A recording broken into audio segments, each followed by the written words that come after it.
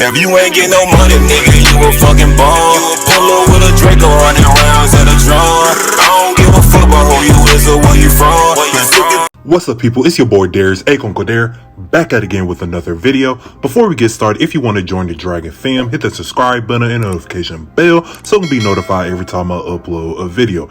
And smash that like button to help your boy out as we're in a quest to 200 subscribers. So as you see in the title, we're going to be talking about a major shift in the 247 2023 basketball rankings. So we have a new number one in the class of 2023. GG Jackson is your new number one, not only on 247, but he's also number one on Rivals as well. DJ Wagner moved down to 2 in the 247 rankings and moved down to 3 in the Rivals rankings. I am honestly shocked that DJ Wagner dropped in the rankings because during this AAU season, he have been playing great. He is the leading scorer in the EYBL circuit, and his team, the New Jersey Scholars, have an 8-1 record in the circuit. So I'm definitely surprised that he dropped in the rankings. He really haven't had any bad games this AAU season. I feel like his play really just solidified on why he's the number one player in the class of 2023. When it comes to GG Jackson and DJ Wagner, it's honestly who's your favorite type of play style between the two players. I like both players. They both have a legitimate case on why they should be the number one player in the class of 2023. GG Jackson a month or two ago was ranked 8th and rose to 2 in the last rankings, and now he's the new number one. I am honestly intrigued if ESPN is going to drop DJ Wagner and make GG Jackson the new number one as well. The interesting thing about these rankings is that last weekend GG Jackson was playing with Team USA, and his AAU team, Team CP3, went 1-4 and they lost their last 4 games. His teammates on that team is Robert Dillingham and Aden Holloway. They did not perform great, but they didn't play bad either last weekend. Robert and Aden was their only scoring options. Now, do this solidify that GG Jackson is the number one player because of his impact on Team CP3? I don't know, but this posed the question that he might actually be the best player in the class because Robert and Aden are great players. The noticeable players that rose in the rankings significantly was Xavier Booker and Dennis Evans. Xavier went from 78 to 4 in the rankings, and Dennis went from 75 to 22. Xavier had a great last couple of weekends, especially his game against DJ Wagner and the New Jersey Scholars. He is definitely the best big I have seen in the class. He have great handles as a big, and he's great at knowing where to be on the court. He's an elite shot blocker too.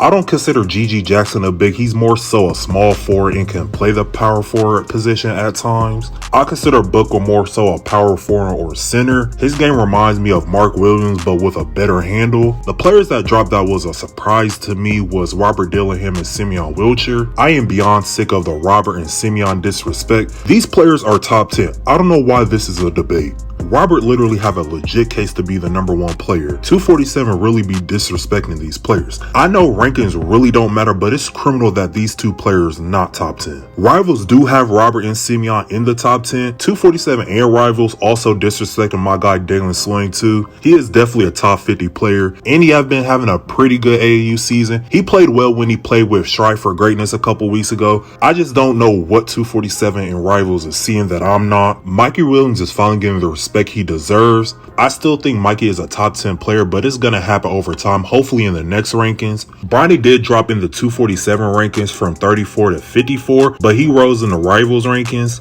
I feel like Bronny is getting ranked because of potential and not where he is right now as a talent. I do think he's top 50, but he's like 40, 45 in the class. He just came off to one of his worst games of his career against DJ Wagner. It was just one of them days for him, but I'm happy he didn't get in his head and kept on trying to find his shot. I'm honestly interested in what the ESPN rankings will look like, and we'll most likely do a video on that. Well, that's in this video. Let me know what you think about this video in the comment section down below. What is your feelings about GG Jackson being the new number one player in the class of 2023? What players do you think are too high? What players do you think is too low?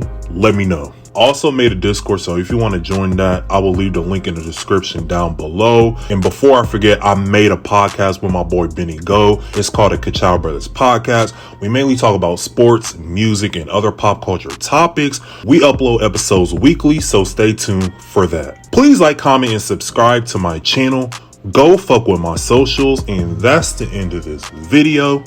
Peace out.